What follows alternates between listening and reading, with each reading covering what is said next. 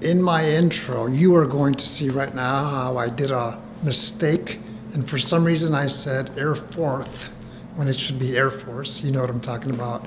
It's a good video, check it out.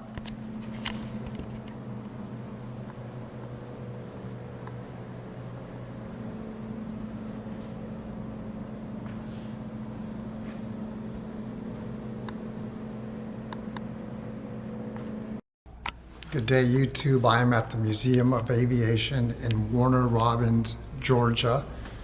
And today I want to share with you, map out a detailed Air Force career path for an enlisted member. So looking back on my career, this is what I would have done different. I have a lot of notes. As you can see here, 2 pages. Let's say that you are an individual who is in high school and wants to join the Air Force. This is what I would do different. I would sign up right after high school, leave after graduation as soon as possible. Try to come in with some rank. Airman first class is what I would recommend. You can get A1C, which is E3, if you have at least 2 years of ROTC in high school, or if you enlist for 6 years. That way you already have a little bit of rank. Immediately once you start getting paid at your tech school after basic training, you sign up for some type of TSP, thrift savings plan, like a Roth TSP. Or if you don't want to do the TSP, you can do something outside of the TSP, like a Roth IRA. And that's where you start investing your money long-term. Long-term, many years of compound interest. That's the goal. When you're in basic training, you immediately sign up for the GI Bill, which is what I did. I'll talk about that in just a moment. So you get to your tech school, you graduate there, you get to your first base, you have to complete your career development course, CDCs, which is upgrade training. That's more training that you have to do there. You knock that out and learn on-the-job training as well as soon as possible. Once you're done with your CDCs, you can actually go to the education center on base and enroll for your associate's degree, the Community College of the Air Force, for your job. Remember that some of the things that you've taken in basic training and tech school will count towards your associate's degree. So you're working on that. At the same time, you go to the education center because let's say you're good at math or English or a science. There are tests out there that I've talked about in other videos, CLAPS or Dantes, which are free for the service member, for you, if you score the minimum score on that. That way you're already doing some college courses and it's free on the spot. There are study guides out there as well for you to review, and then you take your test.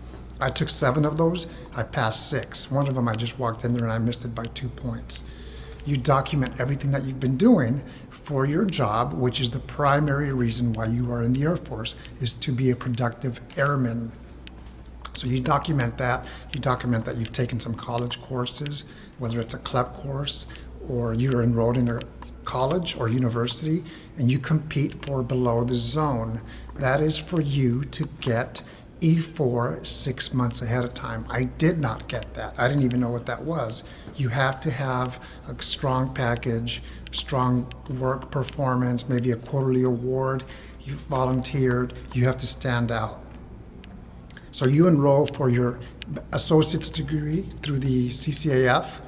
It's going to take maybe a year or 2 or 3, but you enroll in that as soon as possible. Your education center can help you with that. You complete Airman Leadership School when you are an E4 senior airman. When I went through that, it was about 4 weeks. I'm sure it's right around that time. You get reblued, you learn how to supervise, you ask questions, you network, and hopefully you stand out as well. Once you're ready for college, don't use that GI Bill that I talked about that we signed up for. You use tuition assistance because it's not tapping into your GI Bill, and I'll get back to that as well. So tuition assistance is 100% up to $4,500 per year for you to continue your school. You complete Airman Leadership School, like I said, and you prep yourself to test for Staff Sergeant. While you're a senior airman or staff sergeant, you mentor the new airmen that are coming in and help them. As a senior airman staff sergeant, you are a functional expert for your job, or you should be a functional expert. Around that time, depending on if you enlisted for 4 years or 6 years, you're going to ask yourself, if I'm going to make this a career, do I want to stay in this career field? I had the opportunity to retrain under the first term airman program. So I left the fire department and I retrained into personnel, which was better for me. You're going to have to think about that. Remember, do research. If you came in for 4 years, it's at about the 3-year mark or so. If you enlisted for 6 years, you are going to look into that maybe at about your 5th year. By then, you should have already completed your your CCAF degree, your associate's degree, and maybe start working on your bachelor's degree. Here's the thing, some people love school, some don't. And at the end of this video, I'm going to share with you what this museum looks like. If you don't really like school, maybe begin with one course and take it seriously and do a good job.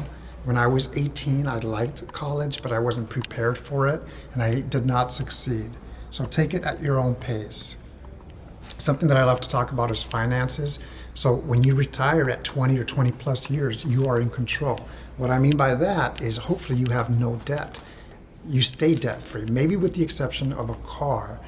The other thing is a lot of service members like to buy a house everywhere they go, or in the US. I wouldn't recommend that, especially if you're going to stay active duty, because you're going to have to move. So here's what I would recommend, is start a house fund. And when you purchase a house years down the road, you can probably pay it off in cash, or at least put a huge chunk of money down, which saves you a lot of interest, and that's a good thing. As you're living and growing and maturing and mentoring others as well, you live a balanced lifestyle. By that I mean is you have fun, you travel, maybe through the Air Force, maybe through yourselves. You invest, like I said, you have your future home fund. And once you complete your bachelor's degree, this is what I would have done, is you're gonna have a crossroads. Do I go left or do I go right? What I mean by that is, do you want to stay enlisted? Or do you want to see if you can commission and become an officer? Two great options. I decided a long time ago, if commissioning wouldn't have been an option, I would have stayed enlisted, because it's what you make of your career, and both of them are great options.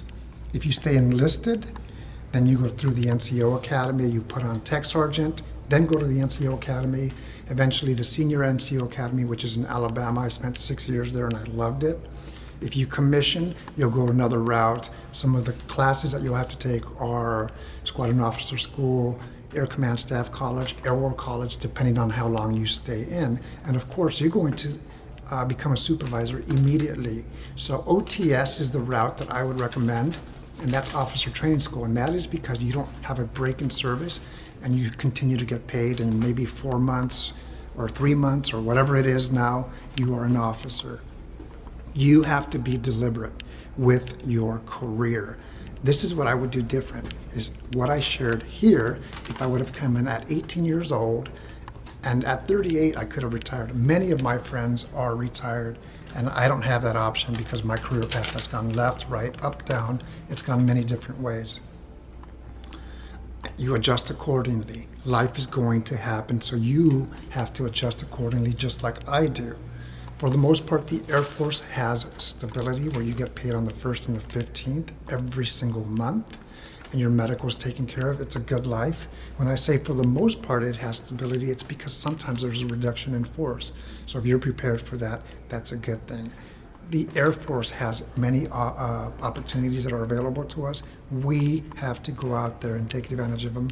You have to do the same. There's many opportunities. Going back to the GI Bill, like I talked earlier, is you transfer that GI Bill to your children once you know how many children you're going to have, once they're born. That way, they can use that benefit. My daughter's going off to college this year. She's going to use that. She's eligible. There is an aircraft outside. Can you hear that? There is a housing allowance as well that comes with that. Here's my bottom line, is that you could retire at 20 years at the age of 38 if you came in at 18 and say, that's it, I don't want to work anymore, I want to volunteer, because you've taken care of some of these things and put yourself in a good situation to do that. I have seen people retire at 38, 39 or so, and that is it, because they don't have to work anymore. Now, here is the good news. The good news is that a lot of these things that I shared with you today, I didn't do. For example, I came in as a 1 striper, not a 2. I didn't get below the zone. I had a little bit of debt when I came in. I didn't start investing until I was at least 31, maybe 32. So my point is this: even if that doesn't happen, the Air Force is a great career depending on what we do with it. I came in at 24, I enlisted, and because of the mistakes I had made prior to joining the Air Force, I was focused. I feel like I made up for time. And my career, even though it hasn't been exactly like that, I have done a lot of those things, it's been a great career. And there's still a lot of time left in my career. So we're gonna see what happens. One thing that I skipped, that I forgot to, is your master's degree. Once you complete your bachelor's degree, go back whenever you're ready and complete your master's degree, preferably prior to your date of retirement. That way, you're done with that. Very helpful information. I hope you've enjoyed it. That's what I would say is mapping out a career in the United States Air Force for someone who comes in at the age of 18. And now I'm going to show you what this cool museum is like in Georgia, and it's completely free. Take care.